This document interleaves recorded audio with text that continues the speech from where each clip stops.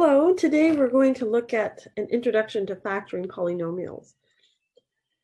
So first, we want to determine what a polynomial is. So our first question is, which of the following functions are polynomials? So what is a polynomial? A polynomial is some linear combination of x raised to some power.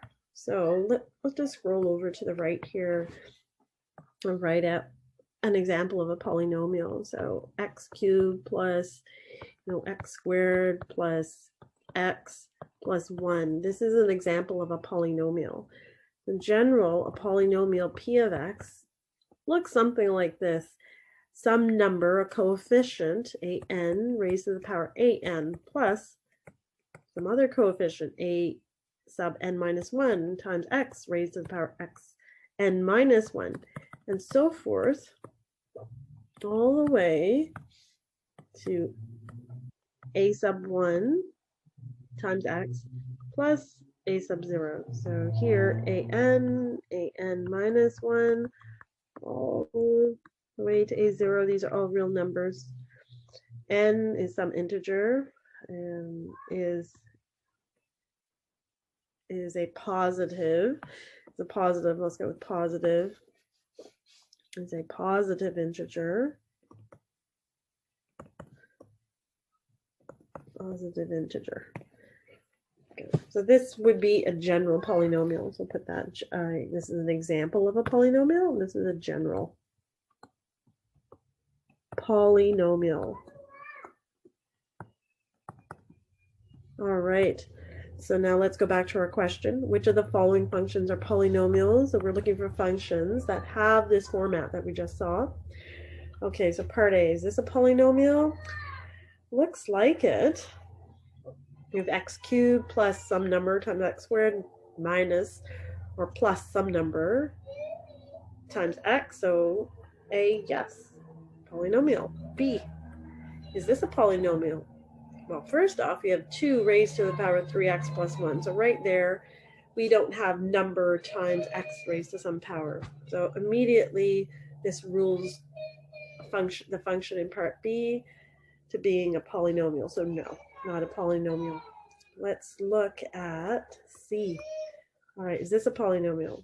X squared, that looks good, minus x times 2 to the power x. No, this is not good. We were doing well, but we have a factor or a term that has something that is raised to the power x. So something that is not x raised to some power. So no, unfortunately, C is not a polynomial. And finally, D. Let's have a look. We have negative 3x plus 1. Is this a polynomial? Well, it looks like we have a number times x raised to some power. The power is 1. So that's okay. Plus a constant. So yes, D is a polynomial. This is actually a line. It's actually a line. So a line is a very special case of a polynomial. Okay, great. But do we have anything else? Factor. So our second question is factor the following polynomials. So what does factor mean? So factoring means we're looking for something common, a common factor, a common factor in each term, and we're going to pull it out. So if we look at our 3 terms, x to the power 20 plus x to the power 10 minus 3x to the power 9, what's common? Well, we have x's. They're common. How many x's are common in each term? Well, let's look at the powers. What's the smallest power? It's 9. So it's most likely that the common factor is x to the power 9. So let's try that. X to the power 9. Can we take x to the power 9? Can we factor that out of x to the power 20? Yes, we can. And when we do, what are we left with? X to the power 11. Plus, let's factor x to the power 9 out of x to the power 10. What are we left with? X. And finally, if we factor x to the power 9 out of this third term, negative 3 x to the power 9, we're left with negative 3. So we have factored our polynomial. So just scroll over as a note. We're using this property So x raised to the power m plus n equals x to the m times x to the n. We're using this property of exponents when factoring. Good. All right, next question. Part B. We have negative 2 times x to the power 8 plus 6 times x to the power 6 plus 4 times x to the power 4. Okay, so x is common in each term. What is the smallest exponent of the x's? It's 4. So good chance we can factor out x to the power 4. Now let's see what we're left with. So in the first term, we're left with negative 2 times x to the power 4. In the second term, we're left with 6 times x squared. And in the third term, we're left with 4. Okay, so actually, I think we can factor a little more. Notice that we also have a factor of 2 that is common in each term. So why don't we factor that out as well? Well, I'm just going to erase these coefficients. Or actually, why don't we leave them in?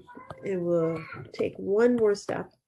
So this equals, we're going to factor out that 2. So 2x to the power 4. When we factor out the 2, we're left with negative x to the power 4 plus 3x squared plus 2. So this is our final factorization. Good. All right, next one. So part C, x cubed plus 5x squared.